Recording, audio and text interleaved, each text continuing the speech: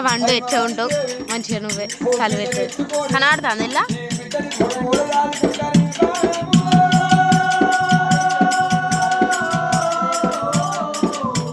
పండుకున్నా వండుకోవచ్చు అట్లా బిడ్డలు ఉంటుందని బాయిల వారేమంటారు తెల్ల వారేమంటారు బామ్మ నువ్వు ఆడదాని కానీ ఎవరికి నువ్వు ఆడదిల్లై ఉంటలేదా నిన్ను కన్నా తల్లి నిన్ను వారేస్తే ఈనాడు భూమి మీద నువ్వు ఉంటువా బిడ్డలు నువ్వు అంటువా బామ్మ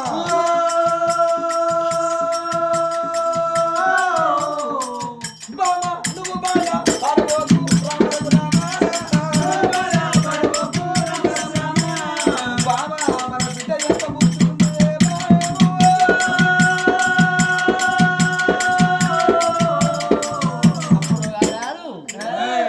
చెరుగాడికి వెళ్ళి 7 బిడ్డలు ఎత్తుకొని ఆ చిన్న పిల్లల సంకలు ఎత్తుకుని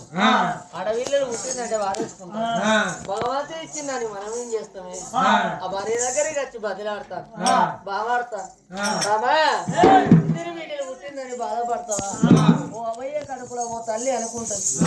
నలుగురు కొడుకుల తల్లి అనుకుంటది అరే నాకు నలుగురు కొడుకులా నాకేమి పర్వా నాకేమి తక్కువ అయిందో అనుకుంటది నలుగురు కొడుకుల కంచి కర్మ తక్కువ అయిన నాన్న పానం పోతే కొడుకులు కనుక చూడు ఆకిట్ల కూర్చుండి మొక్కల సందున తలకాయ పెట్టుకొని కూలిపోయేస్తారట ఓడల్లకేమి అక్కరా ఇంట్లోకి బయటికి తిరుగుతాండ్రు దాని ఎవరాదనయ్యన అర్థం చచ్చిపోయిన దాళ్ళకు రంజేయలేదు తల్లి కడపన నలుగురు బిడ్డలు పుడితే ఆ తల్లి అనుకుంటది నా గర్భవాసమందు నాకు నలుగురు బిడ్డలాయే నా బిడ్డలు ఎత్తికి బతికి ఏ ఇంటికి అన్నం ఇచ్చిన్నాడు కొంచెం రోడో దొరుకునో తిట్టేటోడో దొరుకునో ఏసుంటోడు దొరుకునో ఆ తల్లి బాధపడుతుంది అదేగాక బలారాంసు కూడి అవయ్య రాజుల పానం పోతే ఎంత దూరాన బిడ్డలున్నా మా వచ్చింది మా నాయన వచ్చిండా అని ఏ ఆడపిల్లలకి ఇది ఎవరు వచ్చి అవ్వయ్య మీద పడి ఏడుతంటే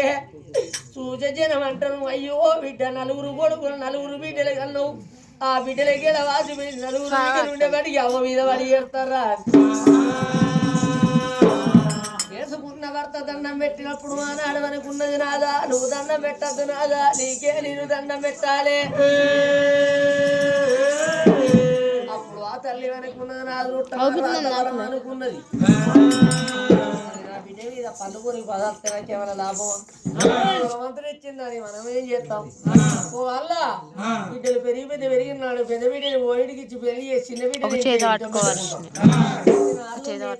చూసుకుందామని ఆ బిడ్డను ఎత్తుకొని బిడ్డను చూడబోతే ఎట్లున్నది ఎలా ఉన్నది వెన్నెల కోసిన తంగే ఆరద్ర పొరువారు వచ్చిపాడ తీయ బంగారి సాయ ఉంగురం కురులు పెంద్రం ఆ చంద్రం పిలుపు నవ్వుతుంది కానుగాయలోనే కళ్ళు నింపుతుంది వేడిగాయలోనే మెడ నింపుతుంది ఆ బిడ్డనెత్తుకొని చందమామ రావే